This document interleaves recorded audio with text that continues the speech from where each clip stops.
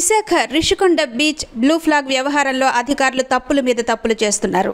Blue ఫ్లాగ్ని తాత్కాలికంగా నిలిపివేసినందున ప్రభుత్వం దీన్ని సీరియస్గా తీసుకున్న విషయం తెలిసిందే.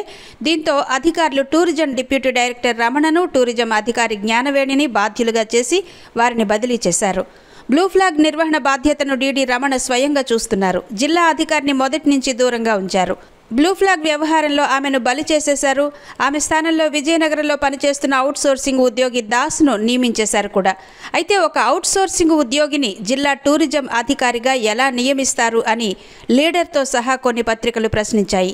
అప్పుడు కానీ అధికారులు కళ్ళు తెరవలేదు. అవును, నిజమే, దాస్ అవుట్సోర్సింగ్ ఉద్యోగి కదా అని ఇప్పుడు నాలుగు ఖర్చుకున్నారు. వెంటనే ఇప్పుడు దాస్ను తొలగించి ఆ స్థానంలో హెచ్పిసిఎల్ భూసేకరణ స్పెషల్ డిప్యూటీ కలెక్టర్ సుధాసాగర్ను నియమించారు. దీన్ని బట్టి టూరిజం శాఖ పనితీరు ఎలా ఉందో అర్థం చేసుకోవచ్చు.